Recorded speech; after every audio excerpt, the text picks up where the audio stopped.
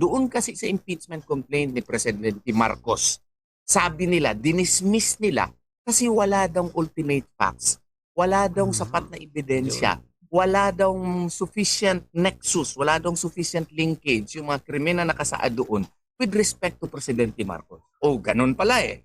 Wala palang ultimate facts eh. Eh bakit pag sa kay Marcos, dinismiss nila kaagad dito kay Vice President Sara Duterte? Hindi nila dinismiss. Nag-issue pa sila ng mga sabina para mangalap ng mga ebidensya para palakasin yung complaint. Ginawa pa nila yon kay Marcos? Hindi. Eh bakit nila gagawin ito ngayon kay Vice President Sara Duterte? Hindi ba violation ito ng Equal Protection Clause of the 1987 Constitution? Eh minamahal namin masyado si Vice President Sara Duterte. Binuto namin yun. Binuto natin yun. More than 32 million voters ang nagboto sa kanya. Eh, itong mga congressman, ilan lang ang boto, iba pa dyan, hindi nga binuto ng diretso, party list pa. Eh, ang bias-bias pa, sila pa yung complainant, sila pa yung nag-endorse, sila pa yung tumatayong ngayong napakaingay pa, sila pa yung napakaingay, at sila pa yung mag-determine kung sufficient in substance ba, sufficient in form, hindi man lang another ground nga din yan, hindi man lang nag-inhibit. Eh, pwede ba yun na sila na ang magiging investigator, sila na ang magngangalap ng ebidensya para palakasin, para ipahiya pa masyado si Vice President Sara Duterte na hindi naman yun sakop ng kanilang mga powers and authorities under the 1987 Constitution. So siyempre, mag-file kami ng kaso. Kaya natin ginawa yun. What is good for the gander should be good for the goose. Meaning, hihingi rin siguro ako ng tawad dapat sa mga Duterte, higit sa lahat sa VP natin. Kay Inday Sara, pinahamak ko siya eh. Talagang naiisip ko na guilty ako. Sana nananahimik sa Davao yun. Mayor siya, walang kalaban-laban, walang hassle, walang gulo. Si Presidente, si Tatay Digong, nandito sana sa piling natin. Ang dami kong pagsisisi. Pero sa totoo lang, naisip ko rin, at nung kinakausap ko pa, si VP noon, noong 2021, wala siyang kabalak-balak tumakbo para sa national. Nakarehistro na nga siya para mayor. Sinabi ko sa kanya unang-una, hindi mo dapat biguin ang napakarami na sumusuporta sa'yo. Napakadami namin na tinutulak ka, na ikaw ang inaasahan, na ituloy ang pagbabago na sinimulan ng ama mo. You can't disappoint us. Maraming umaasa. Ikaw lang yung tanging pag-asa ng nakararami. Ikalawa, hindi tayo sigurado kung anong mangyayari. Tignan mo yung pamilya ko, hindi mo naman iisipin na darating ang araw na uupakan kayo, yuyurakan ng pangalan. Talagang aping-ape ang pamilya, ganyan ang politika, brutal. Ngayon, nag-uusap kami, sabi nga niya, pag nayayamot, sasabihin sa akin, kasalanan mo to dinamay-damay mo pa ako eh. Sabi ko talaga, dinamay kita para hindi ko naman akalain magkakaganito. Higit sa lahat, isipin natin, kung mayor ka lang, ano kaya ang gagawin sa iyo? Anong gagawin sa syudad mo, sa Davao, sa buong Mindanao at Mindanawan? Mabuti nga, VP ka, kahit papano, number 2 sa buong bansa. May paninindigan, may tatayuan. At least, kahit papano, kahit inaape, kahit ini-impeach, VP ka pa rin. Nasa posisyon kang tumulong sa iba at ipaglaban kaming lahat. good evening everyone. Magandang gabi po sa kanilang lahat. Assalamualaikum warahmatullahi wabarakatuh. Good evening. Good evening. Opo, attorney, para sa kaalaman lang ng ating mga kababayan in layman's term, ano po yung idinulog ninyo sa Korte Suprema na may kaugnayan dito po sa impeachment versus VP Sara? Well, sa ating mga kababayan, magandang gabi po sa kanilang lahat. Idinulog po natin yun sa Korte Suprema, 188 pages po yun na petisyon. Kasi nga po sa tingin natin ay may grave abuse of discretion amounting to lack or excess of jurisdiction po ang ginawa yung House of Committee on Justice. Alam niyo po, under the 1987 Constitution, Article 8, Section 1, ang Korte Suprema po ay binigyan ng kapangyarihan ng ating saligang batas ng ating 1987 Constitution to look into the actions of other branches of government, including the House of Representatives and even the Committee on Justice, if they are performing within the allocated powers that they have under the 1987 Constitution. Now, kung sumobra na sila, katulad sa ginawa nito, pwede tayong dumulog. No? Any citizen, maski sino po, ay pwede pong dumulog, any taxpayer or citizen, doon sa Korte Suprema, kaya para questionin ito, para hindi po maging abuso, walang grave abuse of discretion. Ito yung ginawa natin. Bakit natin ginawa ito? Una, dapat nga po, yung threshold level pa lang ng trabaho ng Committee on Justice, at the very least, yung third and fourth impeachment complaint, dapat dinispis na po yun. Ano po yun? Kasi wala pong sufficiency in form and sufficiency in substance. Ipaliwanag ko lang sandali Yung third complaint, dapat dismissible outright yun. Kasi nga po, sa rason lang na yung nag-endorse noon ay si Congresswoman De Lima. Siya din yung nag-endorse doon sa second complaint. Ang sabi pa nga niya, yung third complaint ay improved version daw. Ang mali po nito, ang endorsement kasi isa sa cross-sanct sacred process. Ito po yung constitutional filter po. Ano yung constitutional filter? Dito po sana sinasala ng ating mga congressman kung ang kanilang complaint na pipirmahan ay naaayon ba doon sa mga allegations na mag-equivalent to the crimes of grave violation of Constitution, graft and corruption, bribery, other high crimes, no? Na mga constitutional impeachable offenses. So pag-certify nila, pag-endorse nila, it is as if they already filtered it and they believe to their heart and mind, certify that they are actually, the complaint is already fit to be filed in the House of Representatives because it has ultimate facts charging the impeachable crime. Hindi naman po pwede na endorse siya sa second complaint. But at the same time, I am also endorsing the third complaint. Violation po yan. Akin yan to a violation on non-forum shopping. Oo. Hindi po pwede na i-certify mo itong isa and at the same time certify din itong isa. Hindi na constitutional filter yan. Conveyor belt na yan. Maski you will use the endorsement process as an avenue, as a chance for you to, politically harass a political opponent, which is actually done here. Yung fourth complaint naman, reiteration lang ng mga complaint doon sa previous na complaint na dismiss na at saka paski sa first, second, and third. Meron lang dinagdag yung affidavit ata ni Madriaga. Pero ang mali kasi doon, sa tingin natin ay ito. No? Yung mga allegations doon ay walang ultimate facts na nagsasaad under Rule 3, Section 5 ng rules ng House of Representatives on impeachment na may mga allegations sufficient na mag-charge ng mga impeachable offenses such as grave violation of Constitution, graft and corruption, bribery. Kasi yun ang dapat na batayan. Bakit yun ang dapat na batayan? Doon kasi sa impeachment complaint ni Presidente Marcos, sabi nila, dinismiss nila kasi wala daw ultimate facts, wala daw sapat na ebidensya, wala daw sufficient nexus, wala daw sufficient linkage yung mga krimen na nakasaad doon with respect to Presidente Marcos. Ganun pala Wala palang ultimate facts bakit pag sa kay Marcos, dinismiss nila kaagad dito kay Vice President Sara Duterte? Hindi nila dinismiss. Nag-issue pa sila ng mga subpoena para mangalap ng mga ebidensya para palakasin yung complaint. Ginawa pa nila yun kay Marcos? Hindi. Bakit nila gagawin ito ngayon kay Vice President Sara Duterte? Hindi ba violation ito ng Equal Protection Clause of the 1987 Constitution? Yung rules, yung contours, limits ng power ng House of Representatives, mag-apply yun maski sino ang respondent. Hindi po pwede na stricto ka masyado doon kay Marcos at saka ilax mo yung mga requirements mo dito kay Vice President Sara Duterte. Violation yun ng Equal Protection Clause of the 1987 Constitution. Kaya nga, i-file talaga namin.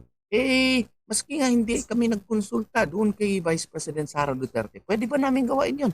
Pwede nating gawain yun kasi we are citizens of the Republic. Yung nakasaad under Article 11, Section 3 is one of the ways by which a citizen can directly seek the succor of the Supreme Court, the help of the Supreme Court in actually questioning grave abuses of discretion amounting to lack or excess of jurisdiction of the acts of the other branches of the government. At saka, ito po yung pinaka-correct na example. Di kami, minamahal namin masyado si Vice President Sara Duterte. Binuto namin yun.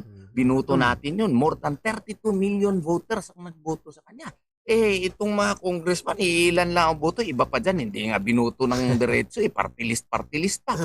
Ang bias pa, sila pa yung complainant, sila pa yung nag-endorse, sila pa yung tumatayong ngayong napakaingay pa, sila pa yung napakaingay, at sila pa yung mag-determine kung sufficient in substance ba, sufficient in form, hindi man lang another ground nga din yan, hindi man lang nag-inhibit, pwede ba yun na sila na ang magiging investigator, sila na ang magngangalap ng ebidensya para palakasin, para ipahiya pa masyado si Vice President Sara Duterte na hindi naman yun sakop ng kanilang mga powers and authorities under the 1987 Constitution. So siyempre, mag-file kami ng kaso. Kaya natin ginawa yun. What is good for the gander should be good for the goose. Meaning, kung anong standard na in-apply nyo yung pag-dismiss doon sa kaso against kay Presidente Marcos, dapat ganun din yung standard na ginamit ninyo kay VP Sara Duterte. Kaya nag-file tayo.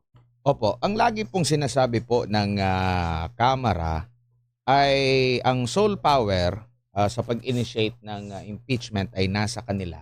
At lagi nilang inulit-ulit na itong kanilang hakbang ngayon ay in accordance sa kanilang House rules sa pagtalakay dito po sa impeachment and in accordance din sa yung pinakahuling decision po ng Korte Suprema na kinatigan din po yung inyo pong petition last time. Totoo yan. The House of Representatives has the sole power to initiate impeachment complaints. However, the initiation process and the file and in the process of filing and perfecting such impeachment complaint, must be constitutional.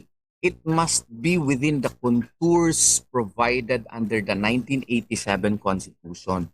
Saan ka makakita na ang House of Representatives ngayon nagpa-issue pa ng mga subpoena over certain corporations na hindi man lang nakasaad doon sa complaint? Saan ka nakakita yung complaint? Hindi naman nakasaad kung anong SALN, anong specific SALN ang nag-exceed o tumaas pasyado yung kita ni allegedly ni Vice President Sara Duterte. Wala namang specificity yung complaint. Dito sa overbroad masyado yung mga subpoena na ginawa nila na para na talagang fishing expedition ang ginawa nila. Sobra na yun. Kaya kailangan na dumulog tayo sa Korte Suprema para maklaro at masabihan sila, hindi po pwede yung ginagawa ninyo. Grave abuse of discretion yan. Violation yan sa due process. Kailangan fair. Kung ano yung in-apply doon kay Marcos, dapat yan din ang i-apply ninyo dito kay Vice Presidente Sara Duterte. Opo, yung sinasabi nilang House rules po, attorney, inyo po bang nahimay din yun? At meron ba kayong nasilip doon na hindi pwede sa ilalim ng konstitusyon? At sino ba yung mananaig konstitusyon o yung House rules nila? Well, meron sila, alam ko anong sinasabi niya. Una, yung Rule 3 Section 5 na ang gagamitin ko against them. Kasi yung Rule 3 Section 5 kasi, in the determination of requirement of substance, it is actually met if there is a recital of facts constituting the offense charged and determinative of the jurisdiction of the committee. Meaning, dapat sa kanila, i-determine nila yung complaint kung ang mga allegations ba doon ay equivalent to grave violation of the Constitution, bribery, graft and corruption. Wala ngang klaro eh. Ang impeachment supposedly is personal. Hindi yan institutional. Ang mga allegations doon, pagka-Deputy Secretary pa niya. Tapos may mga allegations, nagbibigay ng mga envelope, hindi nga nakasaad kung sinong binigyan. Si Vice President pa mismo ang nambigay, hindi nakasaad doon. Hindi naman po pwede na yung mga kamalian kung meron man doon sa mga sa mga staff, ipahid mo diretso doon sa Vice Presidente at the time when she was still a Deputy Secretary. Okay? Office-specific po yung crimes na iyon. Kaya nga, walang ultimate facts. Tapos sasabihin nila, yung nag-issue kami ng subpoena, pursuant naman yun sa aming rule-making power. Nasa rules namin yan. Totoo yan. Oh, we concede to that. Pero, yung ginagawa kasi nila, yung clarificatory power nila to conduct clarificatory questionings, pareho yan sa piskalya. You can clarify, you can issue, or you can actually ask clarificatory questions on matters raised in the complaint. Pero kung hindi yun nakasaad sa complaint, hindi ka pwede magsapina maski mga korporasyon na hindi nakasaad doon sa complaint, isali mo na. Pati yung mga SALN na hindi naman nakasaad specifically doon sa complaint, isasali mo na. Masyadong overbread na yung masyadong broad masyado yung ginawa nilang mga subpoena na ginawa, which is already a violation of the rights also of VP Sara Duterte. Iklaro ko lang ha, ito, sa Article 5 ng third complaint ni Savalya, no? Accordingly, Savalya invoked unexplained wealth and SALN non-disclosure. It alleges that respondent's salary could not explain hundreds of millions in her bank accounts and concludes that she failed to disclose assets and true net worth. O, yan lang, ha? Ang sabi niya.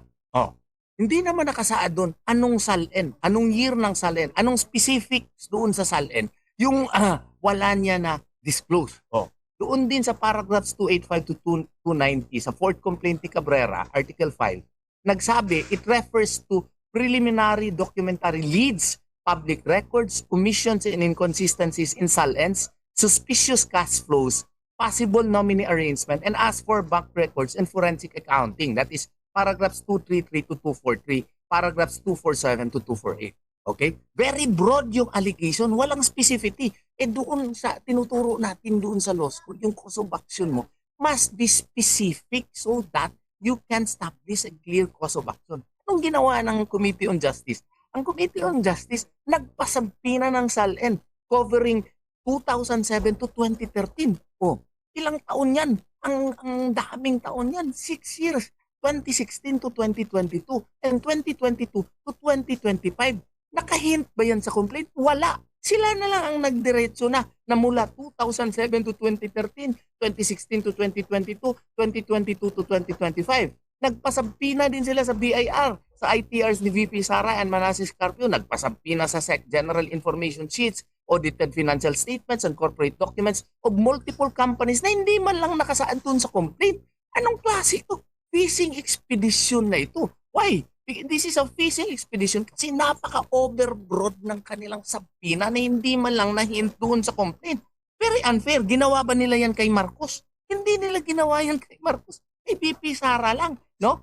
The complaints do not even identify the exact SALN year, exact omitted entry, the exact hidden asset. Walang nakasaad doon sa kanilang complaint kung anong SALN year yung may depekto, kung anong omitted entry doon, kung anong hidden asset doon. Wala yan sa complaint.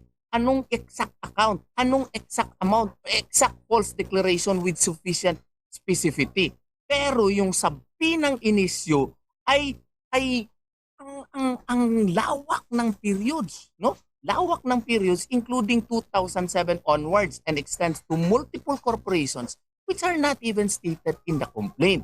So the file records and objections that there was no nexus in the evidence nor in the ultimate facts of the impeachment complaint stands, and that the corporations were not mentioned nor included in the complaint. No?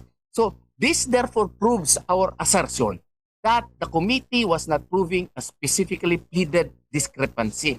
It was actually broadly searching for one. It was actually conducting a fishing expedition, which is a violation of the rights of VP Sara Duterte.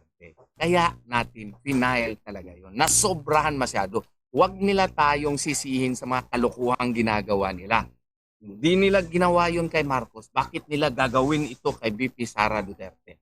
No? So what is good for the gander should be good for the goose. So ang makakorek lamang nito ang Korte Suprema. Opo, attorney, ito bang pagsubpina pwedeng gawin dyan mismo sa Senado?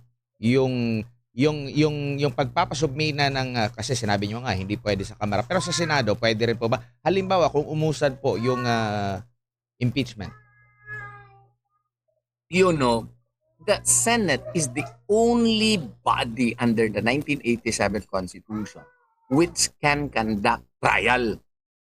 Yan nga din ang isang rason namin. Kung gugustuhin ng mga senador noon, I would submit that it may be able to do that in the Senate, but not here in the House of Representatives. They may be able to clarify certain matters which are stated specifically in the complaint. Hindi yung sila na ang nagbibigay ng grabing kalawak ng mga sabina na hindi na nakasaad doon sa complaint. In-extend nila masyado na para bang ang aim nito ay ipahiya at i-destroy si VP Sara. Nagkandak-kandak na sila ng kanilang mini trial na wala naman sa kanilang kapangyarihan. Kaya nga bawal yun. Opo. So, sa nakikita nyo po, kung nag-declare na sila na sufficient in form, substance, at grounds, kumbaga wala nang reason para magkaroon pa ng tinatawag nilang mini trial. Decision na hanggang sa plenaryo. Ipasa na sa Mag-render na sila Senado. ng report.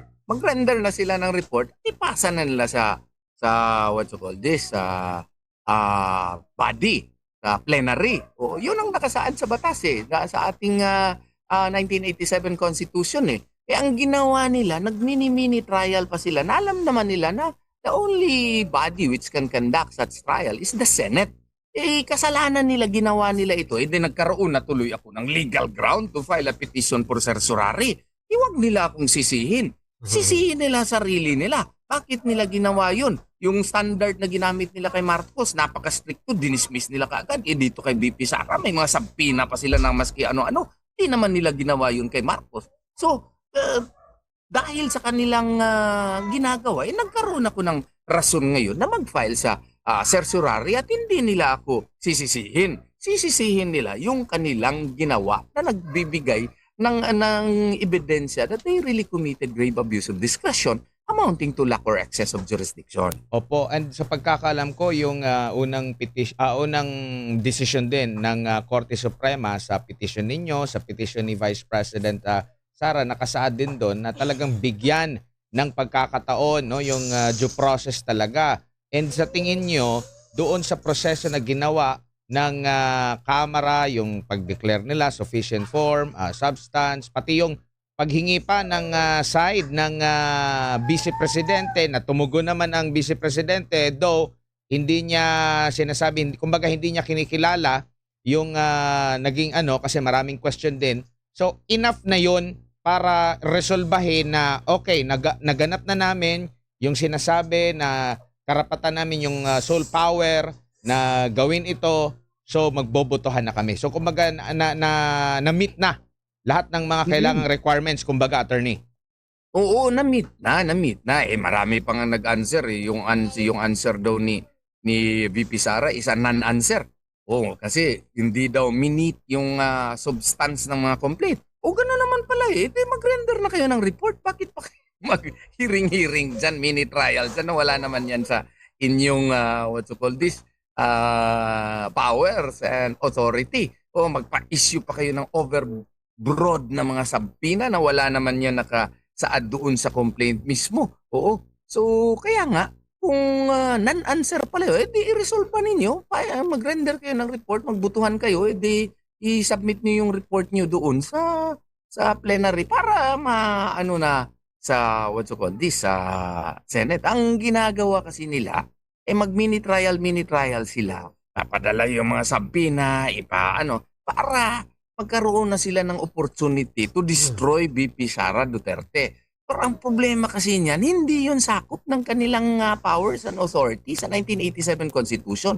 Anong gagawin namin? Questionin namin sa Korte Suprema para mawasto ang mali